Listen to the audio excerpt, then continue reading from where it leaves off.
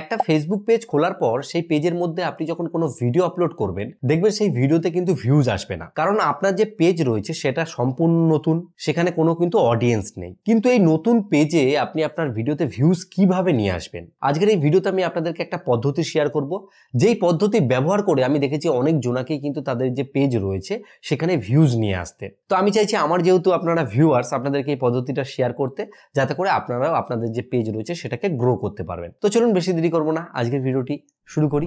একটা পেজ খোলার পর যেহেতু পেজটা সম্পূর্ণ জিরো ফলোয়ার থাকে, এর জন্য কিন্তু পেজে ভিউজ কখনো আসে না। এর জন্য আপনাকে কি করতে হবে, একটা জিনিস অবলম্বন করতে হবে, সেটা হচ্ছে আপনার যে পেজ রয়েছে সেই পেজ ছাড়াও আপনার যে প্রোফাইল রয়েছে সেই প্রোফাইলে কিন্তু বেশি পরিমাণে ফলোয়ার জোগাড় করতে হবে। যেমন ধরুন আপনার প্রোফাইলে যদি 5000 মতো ফলোয়ার থাকে, আপনারা নিশ্চয়ই জানেন যে প্রফেশনাল মোড অন করে দিলে পেজের মধ্যে কিন্তু যে ফ্রেন্ড থাকে, আপনার যে প্রোফাইলের মধ্যে যে ফ্রেন্ড থাকে সেটা কিন্তু ফলোয়ারে কনভার্ট হয়ে যায়। এবার কি হচ্ছে, এই যে ফলোয়ারটা রয়েছে এই ফলোয়ারটাকেই কিন্তু আপনাকে কাজে লাগাতে হবে। কিভাবে কাজে লাগাতে হবে আপনাদেরকে আমি দেখাচ্ছি। সেটা হচ্ছে আপনার যে পেজ রয়েছে সেই পেজের মধ্যে সবার প্রথমে আপনি পৌঁছে যাবেন, ঠিক আছে? তো আমি এখানে আমার যে পেজ রয়েছে সেই পেজের মধ্যে আর কি পৌঁছে যাচ্ছি, ঠিক আছে? এখানে সুইচ করে আমি পেজের মধ্যে আসছি। পেজের মধ্যে আসার পর আপনাদেরকে যে জিনিসটা করতে হবে সেটা হচ্ছে আপনি যখন কোনো কিছু পোস্ট করবেন, আমি দেখা গেল এখানে গেলাম, পোস্ট করার সময় এখানে আমি দেখা গেল একটা কোনো ফটো সিলেক্ট করছি, ঠিক আছে? আপনি দেখা গেল ভিডিও সিলেক্ট করতে পারেন, দেখা গেল আমি এই ফটোটা সিলেক্ট করলাম।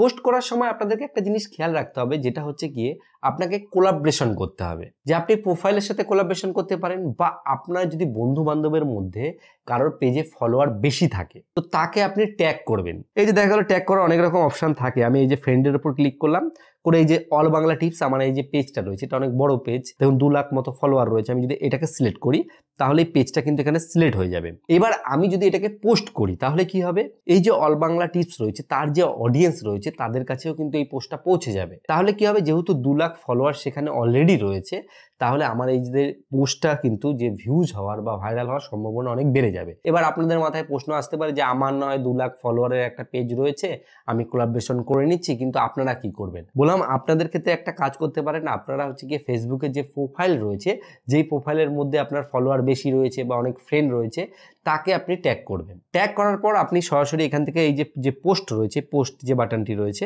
এই পোস্ট বাটনের উপর ক্লিক করে পোস্ট করতে পারেন। তাছাড়াও যে ক্রিয়েটর স্টুডিও রয়েছে, মানে দেখবেন ফেসবুকের একটা বিজনেস স্টুডিও রয়েছে, সেখান থেকে কোনো কিছু পোস্ট করতে গেলে ওখানে যে কোলাবরেশনের অপশনটা আসে সেটা খুব সুন্দরভাবে আসে। তো সেখান থেকে করলে জিনিসটা কিন্তু অনেকটাই সহজ হয়ে যায়। আমি দেখেছি অনেকে এই জিনিসটা জানা সত্ত্বেও এই জিনিসটাকে ব্যবহার করে না, যেই কারণে কি হয়, তাদের যে ফেসবুক রয়েছে, ফেসবুক যে নতুন পেজ রয়েছে সেই নতুন পেজে কিন্তু কখনোই ভিউজ আসে না। তাছাড়া নতুন পেজ নিয়ে আমি আরো অনেক টিপস রয়েছে আপনাদেরকে অলরেডি দিয়েছি, সেসব ভিডিওগুলো কিন্তু আমার যে চ্যানেল রয়েছে সেই চ্যানেলে গিয়ে আপনারা দেখে নিতে পারেন। তো এটা একটা সিম্পল টিপস ছিল, আপনার এই টিপসটা ব্যবহার করতে পারেন আপনার পেজের ক্ষেত্রে, আশা করছি অনেকটাই উপকারে লাগবে। যদি আপনাদের এই ভিডিওটি ভালো লাগে অবশ্যই একটা লাইক করবেন। লাইক করলে কি হয়, এই যে ভিডিও করার উৎসাহ এটা বাড়তে থাকে, এবং বন্ধুকে শেয়ার করলে তাদেরও হেল্প হয়ে যাবে।